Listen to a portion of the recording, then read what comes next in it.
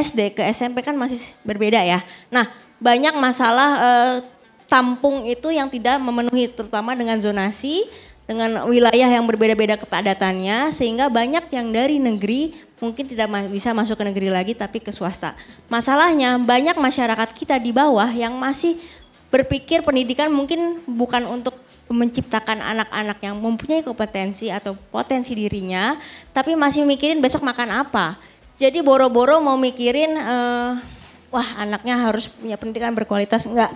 Mau masuk swasta, masuk apapun yang penting sekolah dapat ijazah gitu kan. Itu yang perlu kita bantu, bahwa banyak orang-orang yang masih berpikir yang penting pendidikan itu bisa sekolah. Kan perasaan anak sekolah tidak semudah itu. Mungkin ada regulasi yang bisa membantu subsidi. Subsidi dalam artian yang orang-orang yang dari negeri tidak bisa masuk ke swasta mungkin bisa diberi subsidi untuk iurannya gitu kan. Itu salah satunya soal berkeadilan dulu. Komunikasi dari pusat ke daerah itu mungkin belum terlalu baik, sehingga banyak sekolah pun istilahnya ketika menjadi kurikulum merdeka itu mereka malah lebih kayak gurunya santai-santai, dan itu yang banyak dirasakan oleh komplainan daripada orang tua gitu ya. Kan buku-buku untuk membangkitkan minat baca. Indonesia masalah terbesar saat ini adalah PPDB yang banyak menimbulkan korban. Saya banyak sekali orang-orang yang terhambat sekolahnya, dirampas hak belajarnya hanya karena kurang usia. Karena peraturan yang tiba-tiba diterapkan tanpa melihat situasi, infrastruktur belum siap. Bahkan di Jakarta sekolah-sekolah sendiri kurang. Ada SD, SMP, begitu ke SMA-nya nggak ada. Itu kasus di Paseban. Di Ciganjur kasusnya adalah ada sekolah SMA terbaik di Ciganjur yang sekolah orang Depok, orang Ciganjur nggak kebagian. Kenapa? Karena pada pindah kakak. Nah ini praktek-praktek ini yang akhirnya menimbulkan akal-akalan yang membuat karakter bangsa kita jadi bangsa curang.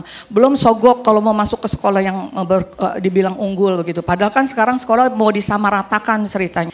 Ya, jadi Bapak Ibu semua, akses pendidikan yang berkeadilan ke sekolah yang berkualitas dan terjangkau adalah tujuan penting dalam mewujudkan pendidikan inklusif dan merata di berbagai wilayah di Indonesia. Sekolah-sekolah yang baik ya dan berkualitas karena belum banyak melibatkan sekolah-sekolah swasta.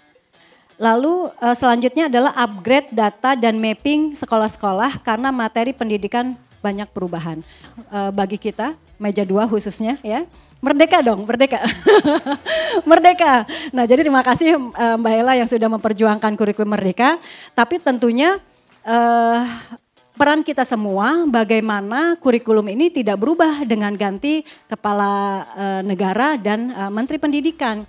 Nah kita harus sama-sama menyuarakan bahwa kurikulum merdeka itu keren, tapi tentunya tidak bisa instan nampak hasilnya, harus memiliki perjuangan bersama, butuh waktu bertahun-tahun ke depan, dan itu butuh support dari orang tua, dari guru dan pihak sekolah.